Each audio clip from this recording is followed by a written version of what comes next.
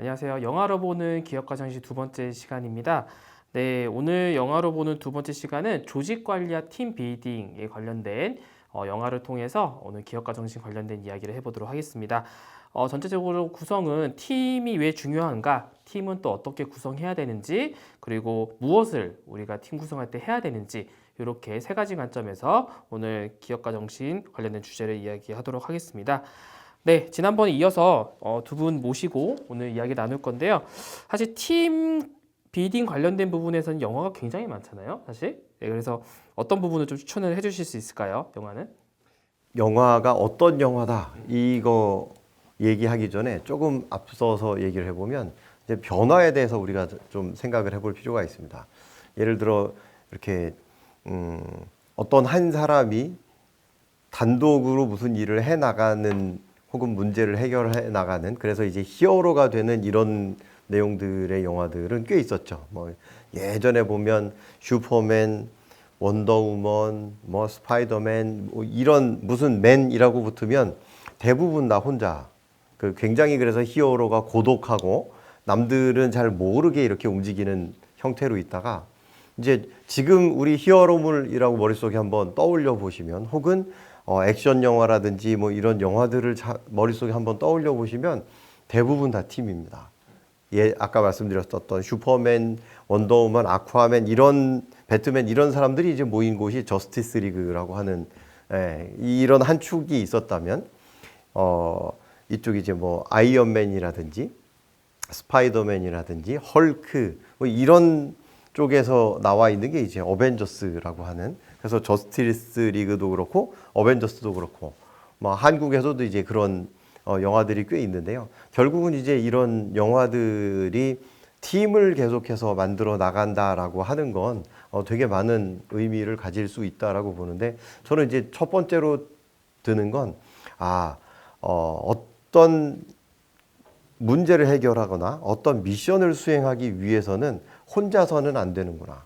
결국은 업무를 이렇게 좀 나눠서 자기가 역할을 좀 나눠서 아이돌 그룹에도 그런 거 있잖아요. 누구는 노래 담당, 누구는 비주얼 담당, 뭐 누구는 댄스 담당 이런 식으로 하는 것처럼 결국은 역할들을 나눠서 그 목적을 이루어 나가는 게 상당히 중요해진다라고 하는 것들을 좀 볼 수 있을 것 같습니다. 용어 자체 봤을 때도 히어로란 말은 헤테로제니어스에서 뭐 이질적인 거잖아요. 그러니까 일반인들은 호모지니어스, 동질적인 인간들이고 다들 비슷한데 혼자 다른 인간. 그게 또 그리스 로마 신화에서 나오는데 그리스 로마 신화에 나오는 영웅들 한번 상기해 보시면 대부분 신과 인간 사이에 태어났습니다. 그래서 그런데 신과 인간 사이에 태어나서 신이 된 인간들이 둘 있죠. 그 말고 나머지들은 다 영웅입니다. 그러니까 신적인 능력 다른 뭔가 새로운 게 있는 거예요. 우리와 다른 뭔가.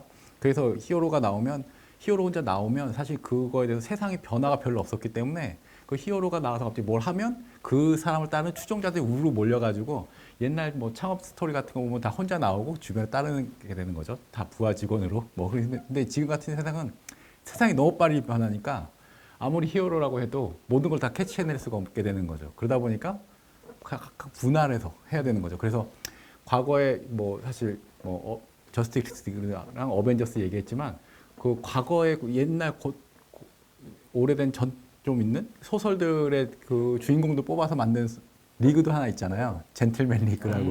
네. 그 진짜 젠틀맨 리그야말로 진짜 자기 역할이 딱 명확하게 다 있죠. 누구는 뭘 하고 누구는 뭘 하고 니모 선장은 운반하고 뭐 투명 인간은 적진에 침입하고 다들 자기 역할 다 있고 또 그리고 뭐 약간 좀 초상화 속에 계신 분은 배신도 하고 다 역할이 다 다르고 그들의 역할이 또 중복되지도 않죠, 그죠? 그런 걸 보면 세상이 자기 뭐 또 요즘 또 스페셜리스트를 워낙 원하는 시대다 보니까 스페셜리스트들이 딱 해서 뭔가 새로운 걸 발견하더라도 그들이 모여서 전체 할 때는 뭐 제너럴 해야 되잖아요. 그러니까 스페셜리스트들이 모여서 제너럴리즘을 만드는 그러면서 그 제너럴한 게 어떤 A라는 지점에서 B라는 걸 옮겨가게 만드는 그런 게 요즘에 그 영웅물들이 모여지게 되는 이유가 아닌가 뭐 그런 생각도 좀 듭니다. 방금 말씀하실 때 이제 세상의 변화의 속도를 말씀하셨는데 저는 굉장히 중요한 포인트라고 생각을 합니다. 왜냐하면 예전 같은 경우에 슈퍼맨은 하다못해 시간도 거꾸로 돌린 적이 있었거든요. 지구를 이렇게 거꾸로 뭐 굉장히 빨리 돌면 시간이 거꾸로 돌아간대요. 그래서 이렇게 지구 전체를 리와인드까지 했었던 이런 케이스도 있었는데 사실 이제 지금 시점으로 놓고 보면 슈퍼맨조차도 이렇게 상대편 빌런하고 부딪혀서 뭔가를 할 때 일단 상대가 안 되는 케이스도 있고요. 또 하나의 문제는 이게 동시다발적으로 터지면 본인이 그걸 다 이렇게 정리를 못하게 되는 거잖아요. 그러니까 어쩔 수 없이 그 짧은 시간 안에 여러 개가 일어나는 이 상황에서 돌아가려면, 그리고 거기서 나오는 정보들을 계속 끌어서 자기가 뭘 지금 해결해야 되는지를 판단을 하려면 결국은 이제 그런 속도에 대한 부분을 어떤 식으로든 해결해야 되는 상황이 되는 거죠. 갑자기 시간 돌린다고 하니까 타임머신이 생각나는데, 상대성 이론에 따라서 사실 미래로는 갈 수 있는데 과거로 못 가죠. 하지만 그 시간에 대해서 관리해보고 싶다. 근데 타임머신은 혼자 만들었네요. 생각하면 그 영화는. 그러니까 예전에 만들어진 거일수록 이게 보통 혼자. 그래서 뭐 이렇게 어떻게 집안에 연구소 같은 게 있어서 거기서 뭔가를 만들고 큰 동굴에서 뭔가를 만들고. 그러고 보니까 어벤져스도 처음에 이제 그 아이언맨부터 시작을 한 거잖아요. 그럼 이제 아이언맨이 처음에 만들어진 곳은 동굴에서, 그리고 이제 해당 편에서는 자기 집에 있는 연구실에서 이렇게 만들어지는 형태로 시작을 해서 나중에는 그게 이제 자기들 팀한테, 아까 스파이더맨한테 이 수트가 넘어가는 것처럼 자기의 어떤 이런 확산까지도 같이 얘기를 했었던 거 볼 수 있을 것 같네요. 네, 그리고 솔로 무비가 나오더라 하도 사실 어벤져스나 저스트리그는 누가 봐도 사실은 히어로들이 다 연합해서 하는 건데, 지금 나오는 솔로 무비들도 그 와중에 솔로 중심이지만 주변에 꼭 히어로가 아닌 사람들하고의 팀을 꼭 반드시 하게 되어 있거든요.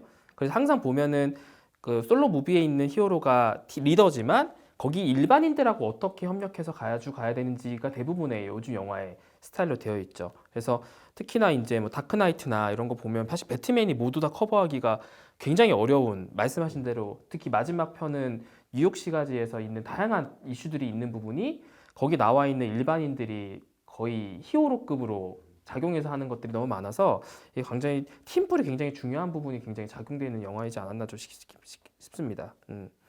그래서 또 전문 능력이 있어도 뭐 아까 지난번에 말씀하신 뭐 SNS 같은 영화를 봐도 처음에 인기 투표하는 걸 만들고 싶은데 자기가 만들 역량은 있지만 만드는 원리를 어떻게 하면 좋을지 모르겠으니까 가장 효율적인 알고리즘을 모르기 때문에 왈도라는 친구한테 소리치죠. 계속 알고리즘. 그러니까 왈도가 유리창에다 막 찍찍 써가지고 알고리즘 만들어서 주면 그거 가지고 바로 코딩해가지고 그날 밤새 뭐 해킹해가지고 사진 따온 다음에 그걸 막 만들잖아요. 그러니까 사람들은 다 자기가 잘하는 게 다 다르기 때문에, 근데 그 뭔가 실체화하기 위해서는 각 개별 요소들이 융합해야 되는 거죠. 예. 그러니까 요즘은 어쩔 수 없이 팀이 이루어질 않을 수가 없는 그런 상황이 아닌가 그렇게 생각됩니다. 예. 이게 또 하나의 좋은 점 중에 하나는 이게 현실로 좀 끌고 들어오면 팀으로 움직였을 때 위험을 좀 나눌 수 있게 됩니다. 위험을 나눈다는 건 어떤 내용이냐면 뭐 단순하게 이제 내가 당장에 어떤 큰 위기를 당한다 이런 내용보다는 아까도 이제 그런 표현을 썼었는데 기회비용이라는 그런 얘기가 있잖아요.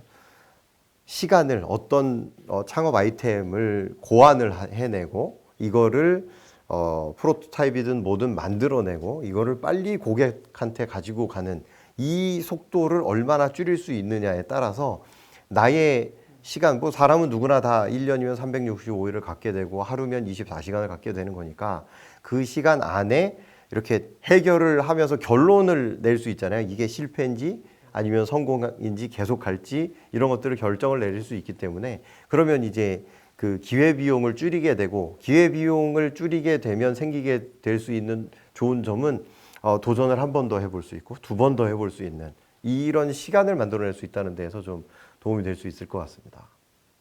또 다른 얘기긴 한데 내 주변 사람들이 다 같이 고생하고 있으면 고생에 대한 체감하는 게 상대로 적어지죠. 다 비슷하게 있으니까 뭐 그런 것도 없지 않아 있지 않을까. 또 지금 말씀하셨던 거랑 바로 연결을 하면 대체로 창업자들은 굉장히 외롭다고 하더라고요. 그래서 이제 그 창업에 대한 얘기를 할 때 꼭 많이 나오는 것들이 무슨 컨퍼런스나 포럼이나 혹은 무슨 창업자 네트워크나 이런 것들이 이렇게 같이 연결이 되어 있는 게 자기가 지금 가지고 있는 어떤 아이템상의 문제나 아니면 자기 회사의 문제가 될 수도 있지만 이 감정적으로 여기도 고생하고 이 친구도 같이 고생하고 아 우리 가는 길이 맞을 수 있어 으쌰으쌰 하자 화이팅 하자 이런 식으로 이제 같이 가는 동질 의식을 느낄 수 있기 때문에 결국은 이제 그런 외로움을 자기 팀원하고도 많이 이렇게 얘기를 하면서 풀 수도 있고 단순하게 아이디어 회의라든지 뭐 만들어내는 회의뿐만 아니라 이렇게 심정적으로 계속 불안하고 외롭고 이런 것들을 해소할 수 있기 때문에 그래서 이제 될 수 있으면 혼자 창업하는 것보다는 이렇게 팀을 활용을 해서 같이 창업하는 쪽을 좀 많이 권장을 할 수밖에 없는 거죠. 사실 많은 케이스에서 사실 팀들을 많이 봤지만 물론 센터장님께서도 많이 보셨겠지만 좋은 아이디어고 저건 정말 비즈니스 모델이 잘 될 것 같은 데인데 안 되는 이유 중에 하나가 아이디어가 아니라 팀이 무너지는 경우가 너무 많은 거죠. 말씀하신 대로 혼자서 감내할 수 있는 수준이 넘어가게 되면은 혼자서 사실 그거에 대해 싸울 수 없는 더 이상 도전하기 어려운 그런 상태까지 가는 팀들도 너무 많아서 그럴수록 결국 이 많은 팀들한테 이제 얘기해 주는 것들이 너무 아이디어가 좋고 잘 나가는데 결국 고민이 해결이 안 되는 부분이 결국 사람이 문제가 굉장히 큰 거죠. 사실 이해관계자들하고 그래서 팀을 굉장히 잘 관리하는 게 스타트업들의 리더들이 굉장히 큰 덕목인데 굉장히 그 정답이 있을 수는 또 없는 거잖아. 워낙에 다양한 사람들이 또 같이 하는 부분이 있다 보니까 그래서 굉장히 어려운 부분이기도 하고 이 부분은 일반적인 아이디어를 사실은 우리가 개발하는 것보다도 굉장히 또 난이도가 높은 거라고 좀 생각이 들긴 합니다. 네. 또 하나 말씀드릴 만한 내용은 이제 우리 그런 얘기를 많이 하잖아요. 네가 지금 생각한 그 아이디어는 수백 명이 지금 생각을 한 거다라고 하면서 이제 실천이라든지 빠른 실행 이런 걸 이제 강조를 하게 되는데 그게 바로 뭐하고 연결이 되냐면 경쟁하고 연결이 됩니다. 우리 이제 예를 들어 오션스 시리즈 중에 보면은 같은 물건을 이 오션의 그 패거리가 훔치려고도 하지만 이렇게 여기서 딴 한쪽으로 또 똑같은 의뢰가 들어간 케이스가 있잖아요. 이렇게 되면 이 얘기는 무슨 얘기냐면 결국은 가려고 하는 방향성은 하나인데 여기에 요 목표에 도달하기 위해서 나만 뛰고 있는 게 아니고 우리 팀만 뛰고 있는 게 아니라는 거거든요. 근데 이제 이러려면 경쟁사의 동향도 파악을 해야 되고 경쟁사보다 무엇보다도 더 빨리 더 많이 나가야 되는 거잖아요. 그러다 보면 이제 어쩔 수 없이 경쟁을 어떤 식으로든 이기기 위해서라도 팀 빌딩은 굉장히 중요하다. 이렇게 생각할 수 있겠습니다. 사실 뭐 소시 시리즈하고 가장 많이 나온 시리즈가 이제 뭐 이탈리안 잡이 굉장히 유명하죠. 거기도 하나의 목적으로 사실 한쪽은 보호하는 측면이기도 하고 한쪽은 그거를 이제 들어가는 쪽인데 사실 이탈리안 잡 보면서 굉장히 좀 했던 부분은 영화가 너무 뻔하게 처음부터 계획된 거대로 가는 게 아니라 현장에 있는 갑자기 그 주인공이 이 금고로 옮기려고 하는데 차를 3대 준비했잖아요. 근데 그게 알 수 없었던 거였던 거죠. 그러니까 현장에서 즉시 저걸 이런 식으로 분석을 해서 분석해 보자라는 거에 대한 현장 대응이 결국 팀워크가 없으면 안 되는 부분의 요소라고 생각하거든요. 그래서 저는 그 영화에서 그 장면이 굉장히 인상 깊었어요. 그것도 원래는 시나리오 없었던 건데, 그러니까 자기네들이 원래 했던 플랜이 없었던 건데 자동차가 갑자기 3대 나오니까 갑자기 여기 있는 그 전문가 분석하는 애가 그러면 우리가 과연 저기 방지턱을 넘을 때 높이가 어느 정도로 내려가는지를 보자. 그러면 무게가 무겁지 않을까라고 하는 그 부분이 그렇게 하는 부분이랑 나머지 팀원들도 그걸 맞춰서 그다음 전략들을 수정하는 걸 보니까 굉장히 팀워크 부분이 굉장히 잘 맞다라고 좀 되게 보여줬거든요. 그 장면에서. 세상이 그러니까 사람들이 이제 인지할 수 있는 게 하고 처리할 수 있는 게 한계가 있잖아요. 그러니까 아까 말씀한 불시에 고려하지 못했던 게 생기는 거. 그게 항상 영화를 보는 묘미죠. 그래서 그러면서 그게 해결되면서 카타르시스를 느끼고 또 사실 일반적으로 사는 환경에서는 새로운 거 내가 예상하지 못했던 게 나오면 당하기 일쑤인데 거기서는 주인공은 약간 우리랑 다르게 약간 히어로라 그런지 모르겠지만 뭐 착착착 뭐 다른 아이디어 모아가지고 팀끼리 구성해가지고 해결하는. 근데 실제로 그걸 해결할 수 있는 역량들은 다 우리들이 내부에 갖고 있기 때문에 사람들이 다 갖고 있어서 그걸 진짜 그 사람의 역량을 찾아내는 게 제일 중요한. 그래서 그걸 적재적소에 쓸 수 있는 게 가장 중요한 게 아닌가. 그렇기 때문에 뭐 사실 당하면 뭐 역량이 100일인 사람도 한 10 정도 발휘하기도 어렵잖아요. 뭐 그렇기 때문에 내 역량을 다 제대로 발휘하기 위한 사람 하기 위해서라도 팀이 꼭 필요하다 그렇게 생각됩니다. 예. 이 보통 어떤 하나의 이게 이제 영화적인 재미를 위해서 착한 사람이 뭐 하는 거보다는 그건 이제 영화가 좀 재미가 없고 이렇게 일상을 보여주는 거니까 별로 큰 이게 없는데 제일 재밌게 볼 수 있을 만한 게 이제 그 도둑들 얘기잖아요. 아까 말씀드렸었던 오션스에 대한 얘기도 그렇고 이탈리안 잡도 그렇고 우리 또 한국 영화도 도둑들이라고 하는 영화가 있지 않습니까? 이 영화에 보면 거기에 이제 다 이렇게 주특기를 가지고 있는 이 팀들을 모으는 거잖아요. 무슨 이 각각의 역할에 대한 부분은 이제 다음 시간에 다시 얘기를 할 수 있겠지만 어떤 하나의 물건을 훔치려고 할 때 단순하게 그냥 이렇게 시계열적으로 담을 넘는다, 마당을 지나간다, 뭐 집에 창문을 타고 들어간다, 딴다, 갖고 나온다, 거꾸로 이제 그 방향대로 온다. 이런 식으로 이제 단순한 문제라고 하면 팀이 필요가 없을 수도 있는데, 우리 그 4차 산업혁명에 대해서 얘기할 때 4차 산업혁명에 이렇게 대응할 수 있는 가장 중요한 역량들이 뭐냐라고 할 때 그 중에 1번, 이게 세계경제포럼에서 얘기한 건데 1번이 복잡한 문제 해결 능력입니다. 그럼 이제 복잡한 문제를 해결한다는 건 지금 이제 요 도둑들이라는 영화에서 있었던 것처럼 거기 보면 이제 뭐 카지노를 해서 누구는 가서 이렇게 카드를 치고 있고 또 누구는 위에서 밧줄 잡고 있고 누구는 그 줄을 타고 들어가고 뭐 누구는 또 가서 이걸 따기도 하고 금고를 따기도 하고 이런 식으로 해서 온갖 작전과 기만과 뭐 이런 것들을 쫙 펼쳐서 놓고 이제 이 최종적인 목적은 요거를 들고 나오는 거다. 이렇게 한다는 걸 봤을 때 복잡한 문제를 해결해 나가는 가장 중요한 이슈는 역시 이런 팀 플레이에서 혹은 팀 빌딩에서 연결될 수밖에 없다라는 거고, 이 창업 교육이나 기업가 정신 교육이 굉장히 중요한 이유 중에 하나는 역시 이 팀 플레이를 많이 권장을 하고 팀 플레이에 대한 비중을 굉장히 높이잖아요. 그래서 이런 부분들을 봤을 때 기업가 정신 교육이나 창업 교육이 이렇게 팀 빌딩하고 그다음에 어떤 아이디어를 구현해나가고 실행하는 데 있어서도 좀 더 도움이 많이 될 수 있지 않을까 이렇게 생각할 수 있을 것 같습니다. 이탈리안 잡 같은 경우에는 팀원들이 사실 자기 원래 팀이 있었다가 배신 때리네 때문에 그냥 그 팀이 유지된 거에 비해서 사실 오션스 11 처음에 나올 때는 팀원들을 찾아가죠. 하나하나 섭외하잖아요. 근데 어떤 일을 하기 위해서 필요한 그 자기가 아는 최고의 인재를 찾죠. 그런 것처럼 지금 팀을 구성할 때도 사실 내가 이런 아이디어가 있는데 이런 거 같이 해볼래 해서 친구들한테 먼저 말하게 되는데 그거보다는 아는 친구들 중에서도 내가 부족한 이 분야를 가장 잘하는 친구한테 제의를 해야 된다.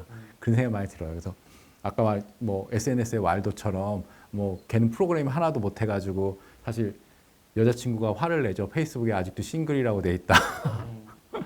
근데 자기는 그거 고칠 줄 모른다. 뭐 창업자가 그런 것도 못해 하면서 뭐 화내는 장면이 있는데 뭐 걔는 못하지만 알고리즘을 잘 만드니까 주인공이 가서 알고리즘을 제시해 줄 수 있는 걔를 제일 잘 만드니까 수학관이 걔를 섭외하고 그래서 같이 만들게 되고 또 그리고 잡스도 자기는 뭐 이상한 항상 같은 거 잘하지만 어진이학을 자기 주변에서 가장 잘 그 기계를 구현하는 사람인 거죠. 그러니까 HP에서 끌어올 때도 뭐 어떻게 뭐 HP에 잘 다니고 있는데 역량도 인정받고 있어서 성장할 것 같은데 딱 그런 사람 주변 중에 가장 잘하는 사람을 팀원으로 끌어들여야 된다. 물론 이제 주변에 물론 그 사이에서 좀 네트워크가 좀 있었기 때문에 가능하긴 했겠지만 무조건 나의 생각에 동참하는 사람이 아니라 그걸 가장 잘할 수 있는 사람. 그렇기 때문에 지금 히어로물들이 팀을 이루는 게 각 분야에 가장 잘하는 분들이잖아요. 그러니까 히어로들이. 그러니까 그래서 1인자들끼리 모였으니까 더 잘할 거예요. 근데 문제는 1인자들끼리 모아놓으면 항상 갈등이 있게 되죠. 그 갈등 관리가 그래서 뭐 다음 시간에 얘기할 것 같긴 하지만 그거에 대해서 어떻게 자기가 처리할 수 있는 역량이 있다면 무조건 1인자를 뭐 내 말 잘 듣는 애가 아니라 가장 잘하는 애를 골라야 된다. 그런 말씀을 듣고 싶어요. 지금 실제로 창업 생태계라든지 특히 이제 투자하는 입장이나 아니면 어떤 경진 대회에서 이렇게 심사를 할 때 대체로 투자자들이나 그 생태계에 좀 앞서 있는 분들이 심사를 하시게 되잖아요. 근데 그분들이 늘 공통적으로 하시는 말씀 중에 하나가 뭐냐면 이 팀이 어떻게 구성이 되었는지, 어떤 배경 속에서 같이 나왔는지, 그래서 그냥 이걸 되게 쉽게 표현을 하면, 거긴 팀이 좋아. 이렇게 얘기할 수 있는 이유가 뭐냐면, 시작을 하는 기업은 측정을 할 수 있는 데이터가 굉장히 적게 될 수밖에 없습니다. 예를 들면, 어느 정도 성장한 기업 같은 경우에는 그 재무제표나 손익계산서와 같은 매출 구조나 아니면 여기가 돈을 어떻게 쓰고 얼마나 돈을 벌고 이런 추세를 볼 수 있고 그거에 의해서 여기가 이런 아이템이 지금 이렇게 팔렸으니까 아마 이렇게 성장할 거야 라고 이렇게 예측을 할 수 있으니까 이러니까 이제 뭐 대출도 되고 추가 투자도 되는데 진짜 스타트업은 사실 아직 기업이 아닌 사람들의 경우에 기업이어도 사실 초창기에는 별로 수치화된 어떤 실적을 낼 수가 없잖아요. 그러면 이제 볼 수 있는 건 거기 그 팀의 잠재력을 봐야 되는데 그 잠재력의 가장 기본이 되고 핵심이 되는 건 결국은 그 팀이 누구고 이들이 어떤 일들을 해왔으며 지금 어떤 일을 할 수 있느냐. 그리고 그들이 낸 아이디어가 얼마나 이렇게 좀 좋은 세상을 만들어 갈 수 있냐. 이런 쪽에 이제 늘 방향성을 맞추게 될 수밖에 없거든요. 그래서 요 팀 빌딩이라는 게 현실에 있어서도 단순하게 이렇게 뭐 영화에서만 팀입니다. 이게 중요한 게 아니라 창업에 대해서 혹은 뭐 지원 사업을 받거나 경진대회에 나갔을 때도 팀 빌딩은 굉장히 중요한 아예 그 팀에 대한 내용이 평가표에 들어가 있는 케이스도 있거든요. 그래서 팀 빌딩은 좀 더 신경을 쓰고 고민을 많이 해야 될 그런 이슈가 아닐까 생각이 됩니다. 또 엑셀러레이터 기관에서 봤을 때는 이미 기술을 생각을 하고 밸류를 생각해서 이제 사실 초기 펀드가 들어갔는데 제가 알고 있는 엑셀러레이터에서 가장 신경 쓰는 또 그런 요소는 얘네들의 이제 밸류를 높여야 되는 건데 어차피 이제 기술인 부분에 이런 부분을 충분히 가지고 있으니 이 친구들의 멘탈과 이 팀들이 팀 플레이를 잘할 수 있도록 케어해 주는 것도 이 엑셀러레이터 기관에서 굉장히 신경을 많이 쓰고 있는 것 중에 하나더라고요. 그리고 투자자들이 가끔 연락이 오시는데 아까 말씀드린 이 팀이 어때요라는 거가 왜 그러냐면 밸류를 조금 더 여기한테 할 수 있는 요인 다른 데보다 차별화될 수 있는 거는 기술이 비슷하고 아직 그게 구현이 안 됐지만 성장 가능성 아까 말씀하신 대로 그게 결국은 팀에서 그거를 우리가 확산할 수 있냐 더 극대화시킬 수 있냐라는 게 결국 핵심이잖아요. 근데 그게 문제는 레퍼런스 체크 가지고는 할 수 있는 부분도 아니잖아요. 어떻게 보면 그리고 몇몇 얘기가 아니니까 이제는 요즘에는 실제 팀하고 조금 더 이렇게 같이 대면하고 같이 좀 겪어보면서 그런 것들을 조금 평가하는 것들이 좀 많아요. 그래서 그런 부분은 단기간에 할 수 있는 부분도 아니잖아요. 어떻게 보면은 그래서 말씀하신 팀 빌딩이 사실 어떻게 보면 나중에 스타트업의 그 밸류에 저는 굉장히 큰 요인 중에 하나라고 생각이 드는 거라고 좀 생각이 듭니다. 네. 지금 이제 그 시간도 좀 말씀을 하셨는데요. 이게 좀 착각할 수 있는 것 중에 하나가 뭐냐면 어떤 팀이 내가 아주 멋진 아이템을 가지고 되게 이 프리젠테이션을 잘하면 그 자리에서 바로 투자가 들어올 수 있게 사인할 수 있을 거야. 뭐 이런 식으로 착각을 할 수 있거든요. 근데 이제 제가 만나본 투자자들의 대부분은 나는 보통 팀을 하나 발견을 하면 그 팀을 한 1년에서 1년 반은 보는 것 같아요. 왜냐하면 그런 팀들은 밖에서 계속 보이거든요. 지금 저만큼 발전을 했구나. 그렇게 해서 이제 이 팀이 좀 어느 정도 괜찮은 것 같다라고 하면 이제 그 팀한테 갑니다. 가서 먼저 번에는 이렇게 돼 있었는데 이런 문제가 있을 걸로 예측했는데 그거 혹시 어떻게 해결하셨어요? 그러면 이제 그 대표라든지 그 팀 구성원이 설명을 하겠죠. 우리 이렇게 해결했습니다라고 하면 이제 그런 걸 보면서 계속 그 팀에 대한 검증을 할 수밖에 없게 되는 거죠. 일단 창업한다는 것 자체가 뭐 사실 기업가를 발현한다는 것 자체가 혁신적인 거고 혁신이라는 건 기존에 없던 거고 그러다 보니까 미래를 상정하고 하는 거잖아요. 그러다 보니까 아무도 모르고 불확실성도 높고 그러다 보니까 항상 우리가 하는 얘기가 고난에 있을 때 뭐 장작기 있으면 하나 있으면 쉽게 부러지는데 세 개 있으면 안 부러지. 그런 것처럼 사실 뭐 이런 얘기하면 또 파시즘의 어원이 그거예요. 사실은 이제 부러뜨리는 거, 장작 부러뜨리는 그거에 파시즘 뭉쳐야 된다는 얘기인데 이것도 똑같은 거죠. 미래에 내가 원하는 모습이 그대 될 때까지 견디기 위해서는 나 혼자 버티긴 너무 어려운 거죠. 예. 왜냐? 우리들은 다 뭐 히어로들이 아니기 때문에 일반적이잖아요. 예.